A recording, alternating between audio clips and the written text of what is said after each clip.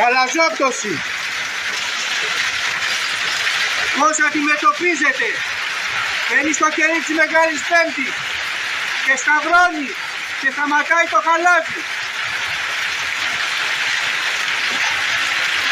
Δυνάτη του Δημήτρη του Σταυρού, δέχοντα τις τρελέξεων του βούλου σου και σταμάτησε το χαλάζι. Δυνάμει του Τιμίου και του Σταυρού, δώσον Κύριε το λαό σου και ευλόγησον την κληρονομία σου.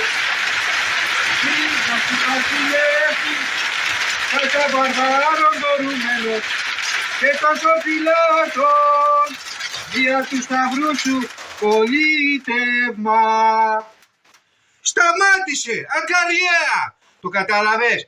Κερί της Μεγάλης Πέμπτης. Ρίχνει χαλάζι, βγαίνεις, σταυρώνει και σταματάει, ακαρία. Ακούτε τίποτα? Βλέπετε να πέφτει τίποτα έξω?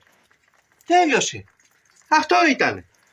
Ό,τι έριξε, έριξε. Το καταλάβατε? Ο ίδιος μοιράζω τη Μεγάλη Πέμπτη κεριά, γιατί καθόμαστε όλη τη νύχτα μέσα στην εκκλησία. Και βάζουμε κεριά πάνω στο σταυρό και τα μοιράζω. Και τα δίνω στους ανθρώπους. Και βγαίνουνε και μου έχουν διηγηθεί και αυτοί το ίδιο. Ότι βγαίνουν και αυτοί, όχι ότι ο ίδιος είμαι Άγιος που σταυρώνω. Βγαίνουν και αυτοί με το κερί και κόβεται το χαλάζι.